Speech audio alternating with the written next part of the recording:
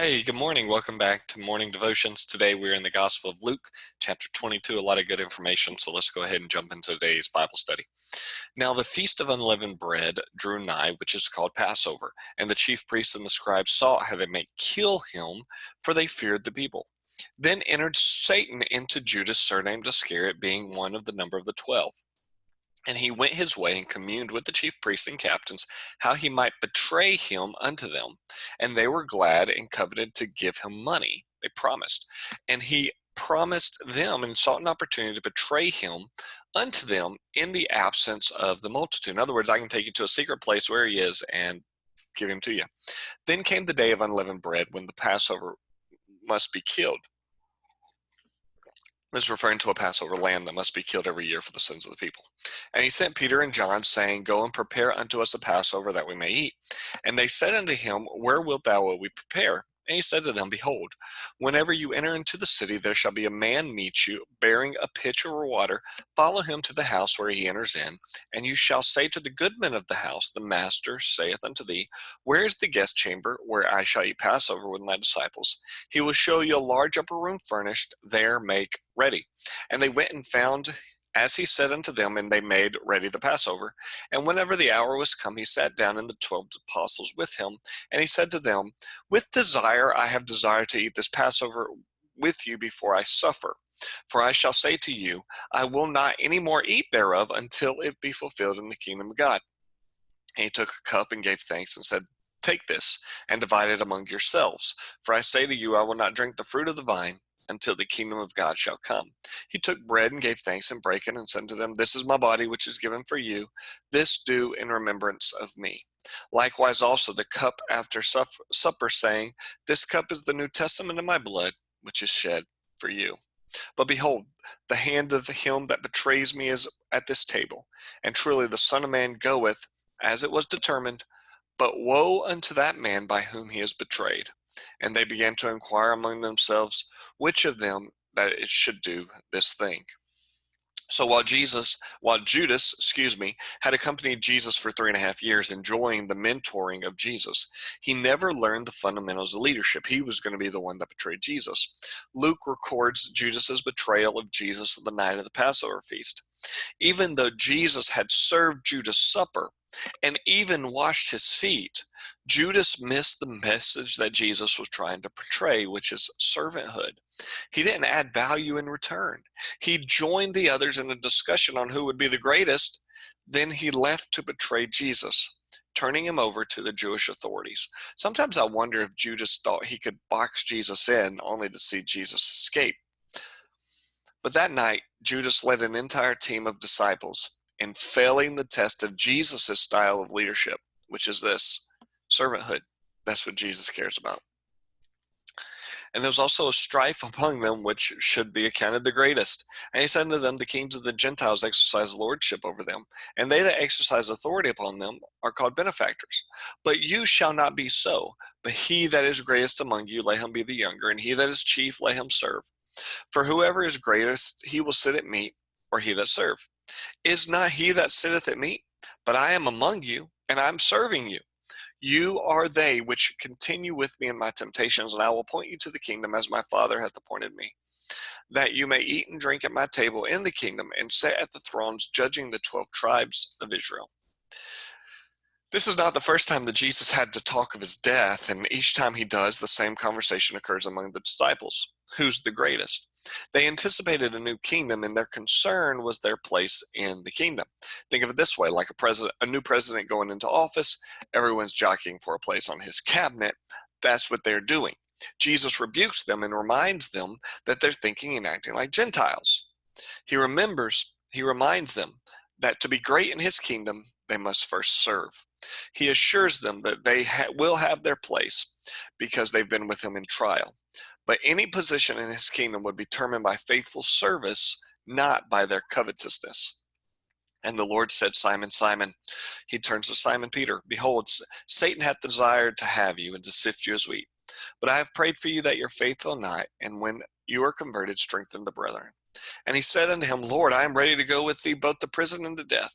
And he said, I tell you, Peter, the cock shall not crow this day, but you will deny me 3 times that you did not know me. And he said unto them, when I send you out without purse or scrip or shoes, did you lack anything? They said, nothing. And he said to them, but now he that hath a purse, let him take it, and likewise a scrip. And he who has no sword, let him sell his garment and buy one. For I say to you that it is written, which must be accomplished in me. And he was reckoned among the transgressors. For the time concerning me have an end. And they said, Lord, behold, here are 2 swords. And he said unto them, it is enough. Jesus had just revealed that one of the 12 would betray him. Now he predicted that 11 would deny him. He turns to Peter and said, Satan wants you as wheat. Jesus did not tell Peter that the request had been denied, but rather he told Peter that he prayed that his faith would not fail. Then he tells him that before the rooster crows, you'll deny me 3 times. He then tells his disciples to produce a purse, a bag, a sword for personal protection. Thus he forewarned them of the danger into which they were about to come with their identification with him. And he came out and went, and as he walked, he went to the Mount of Olives, and his disciples followed him. And when they came to the place, he said to them, pray ye that you enter not into temptation. And as he withdrawn from them about a stone's cast, he kneeled down and prayed, saying, Father, if you're willing, remove this cup from me. Nevertheless, not my will, but thine be done. And there he appeared an angel from heaven and strengthened him. And behold, in agony he prayed more earnestly, and his sweat was as great drops of blood falling to the ground. And when he rose up in prayer, and came to his disciples, he found them sleeping for sorrow. And he said, why sleep thou? Rise and pray, lest you enter into temptation. And while he yet spake, behold, a multitude, and he that was called Judas, one of the 12, went before them, and he drew nigh unto Jesus to kiss him. Jesus said to him, Judas, betrayest thou the Son of Man with a kiss? And whenever they saw him, that when they would follow, they said to him, Lord, shall we smite him with the sword? And one of them smote the servant of the high priest, and cut off his right ear. And Jesus answered and said, suffer ye thus far. And he touched his ear and healed it.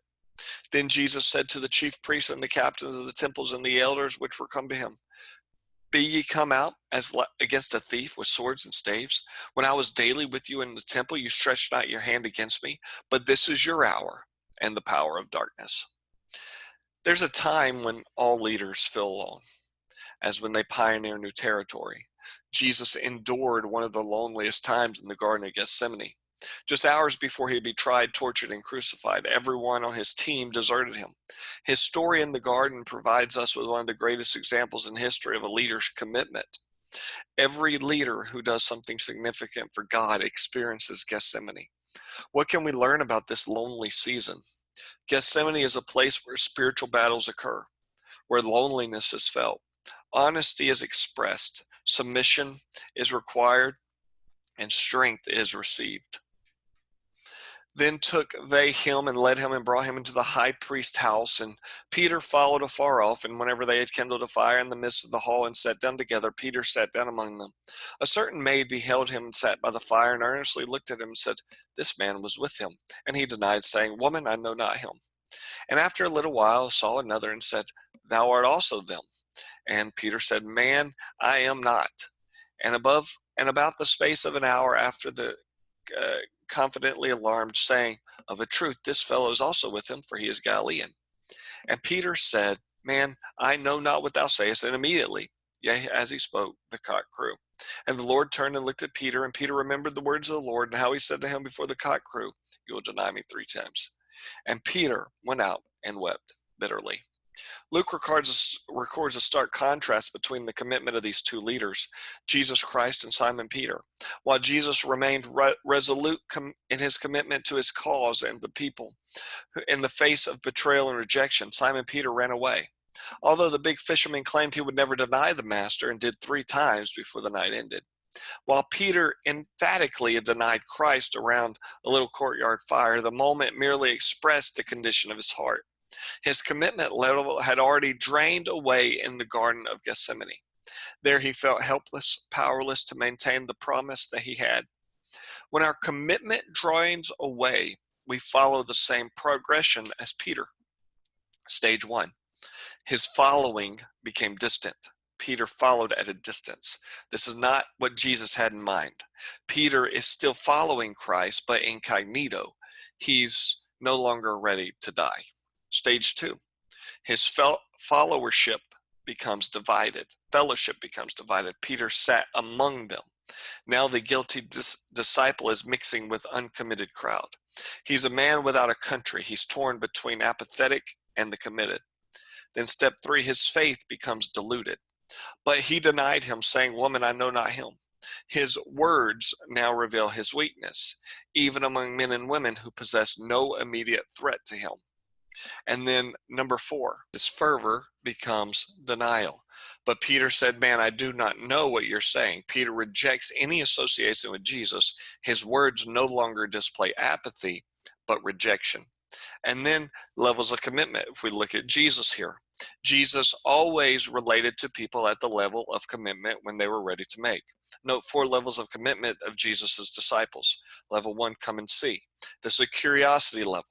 At this stage, Jesus's interaction was light and easy. When people are here, they look for chemistry and faithfulness. Then level 2, come and follow. This is a commitment level. Jesus's words now call for some commitment.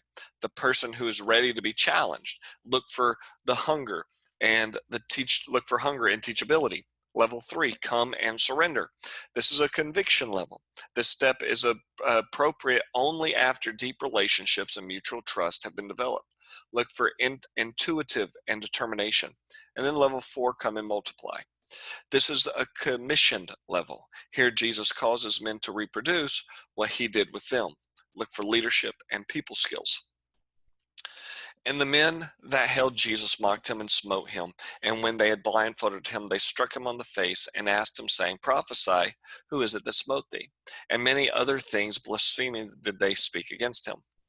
And as soon as it was day, the elders of the people and the chief priests and the scribes came together and led him to the council, saying, "Art thou the Christ? Tell us." And he said, "If I tell you, you will not believe. And if I also ask, you will not answer me, nor let me go. Hereafter shall the Son of Man sit on the right hand of the power of God." Then said they all, "Art thou the Son of God?" And he said, "You say that I am." And they said unto him, "We need no further witnesses, for we have heard it with our own mouths." So Jesus is mocked and beaten. He's then brought to the elders of the people. They asked, "If you were the Christ, tell us." He responded, "You were correct in saying I am." In their estimation, Jesus was guilty of sin of blasphemy, which according to Levitical law was a capital crime punishable by death. Since he declared that he was God, he was sentenced to death. Remember, this is a monotheistic people. Hear, O Israel, the Lord our God is one Lord. There is one God, and Jesus is claiming to be that God. Jesus has always been a very lightning rod for society and the world. The world has never been a fan of religious figures, especially Jesus, but they've tolerated others, but not Jesus. To the world, they'll say to a Christian, "Have your God the Father." To the Jewish, "Have your Yahweh or Jehovah." To the Muslim, "Have your Allah." To the atheist, "Have your no one or no thing." But when it's declared that there is only one God, and his name is Jesus, it can make individuals' blood run cold. There's something so powerful about his name and his presence and his person that every generation has attempted to destroy it. But here's the good news. You cannot dismiss truth. You cannot change truth. It is constant, and there is only one constant, and that is that there is one God, and his name is Jesus. You can attempt to destroy it, but whenever you try to destroy it, it just makes him stronger. That's the Bible lesson for today. I hope that you've enjoyed it, and I will see you tomorrow. Bye-bye.